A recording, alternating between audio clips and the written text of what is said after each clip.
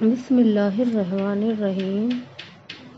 پاک مٹی مسلمان کا وضو ہے اور اسے پانی کے بدلے کافی ہے۔ باب 4 صحیح بخاری 227۔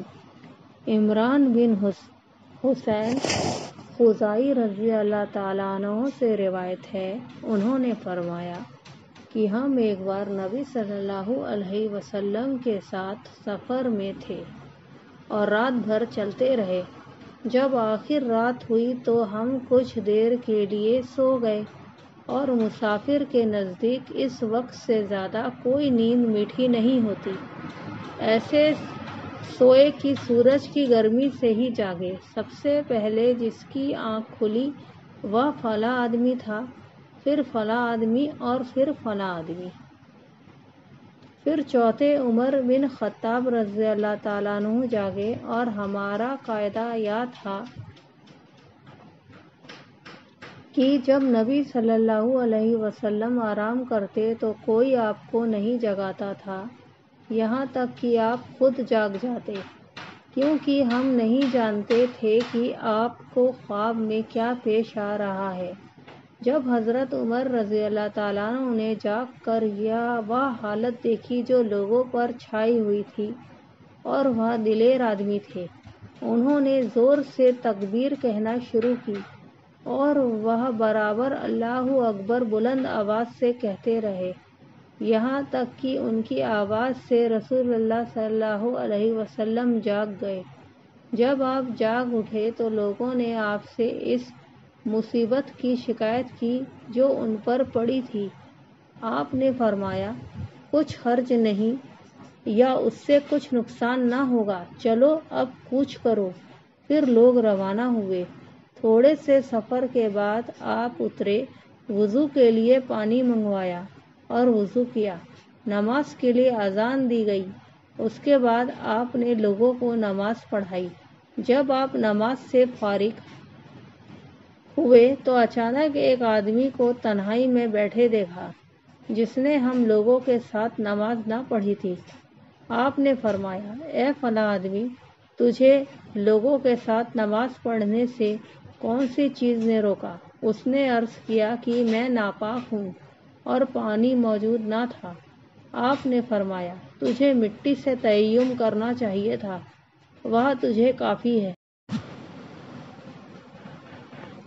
پھر رسول اللہ صلی اللہ علیہ وسلم چلے تو لوگوں نے آپ سے پیاس کی شکایت کی۔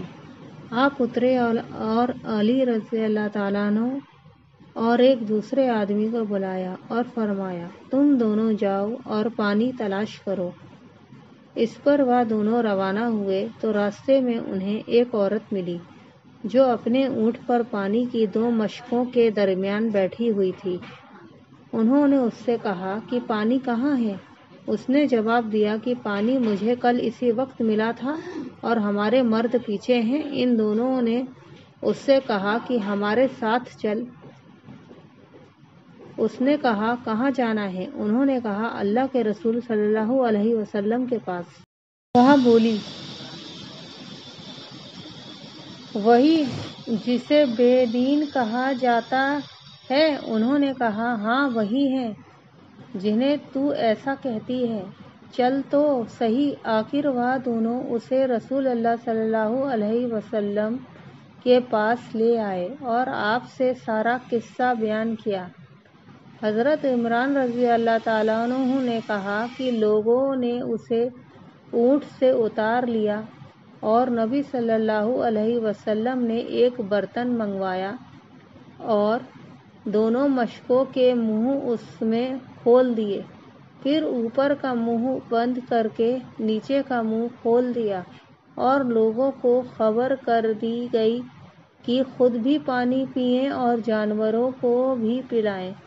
تو جس نے چاہا خود پیا اور جس نے چاہا جانوروں کو پلایا۔ آخر کار آپ نے یہ کیا کہ جس آدمی کو نہانے کی ضرورت تھی اسے بھی پانی کا ایک برتن بھر دیا اور اس سے کہا کہ جاؤ اس سے غسل کرو۔ وہ عورت کھڑی یہ منظر دیکھتی رہی کہ اس کے پانی کے ساتھ کیا ہو رہا ہے۔ اللہ کی قسم، جب پانی لینا بند ہو گیا تو ہمارے خیال کے مطابق وہ اب اس وقت سے بھی زیادہ بھری ہوئی تھی جب آپ نے ان سے پانی لینا شروع کیا تھا۔ پھر رسول اللہ صلی اللہ علیہ وسلم نے فرمایا کہ اس عورت کے لیے کچھ جمع کرو۔ لوگوں نے کھجور، آٹا اور ستو جمع کرنا شروع کر دیا، یہاں تک کہ ایک اچھی مقدار اس کے پاس جمع ہو گئی۔ جمع کیا ہوا سامان انہوں نے ایک کپڑے میں باندھ دیا اور اسے اونٹ پر سوار کر کے وہ کپڑا اس کے آگے رکھ دیا۔ پھر آپ نے اس سے فرمایا، تم جانتی ہو کہ ہم نے تمہارے پانی میں کچھ کمی نہیں کی، بلکہ ہمیں تو اللہ نے پلایا ہے۔ پھر وہ عورت اپنے گھر والوں کے پاس واپس آئی، چونکہ وہ دیر سے پہنچی تھی، اسی لیے انہوں نے پوچھا، اے فلاں عورت، تجھے کس نے روک لیا تھا؟ اس نے کہا، میرے ساتھ تو ایک عجیب قصہ پیش آیا اور یہاں کی راستے میں مجھے 2 آدمی ملے جو مجھے اس آدمی کے پاس لے گئے جس کو بے دین کہا جاتا ہے۔ اس نے ایسا کیا، اللہ کی قسم، جتنے لوگ اس آسمان کے اور اس زمین کے بیچ ہیں، اور اس نے اپنی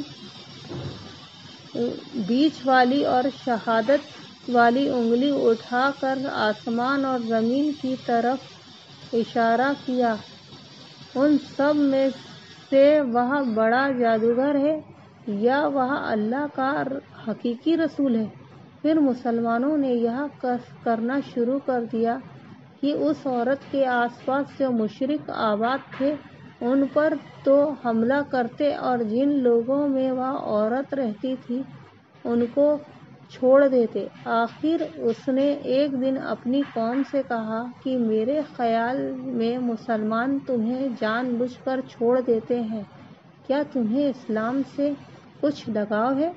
تب انہوں نے اس کی بات قبول کی اور مسلمان ہو گئے۔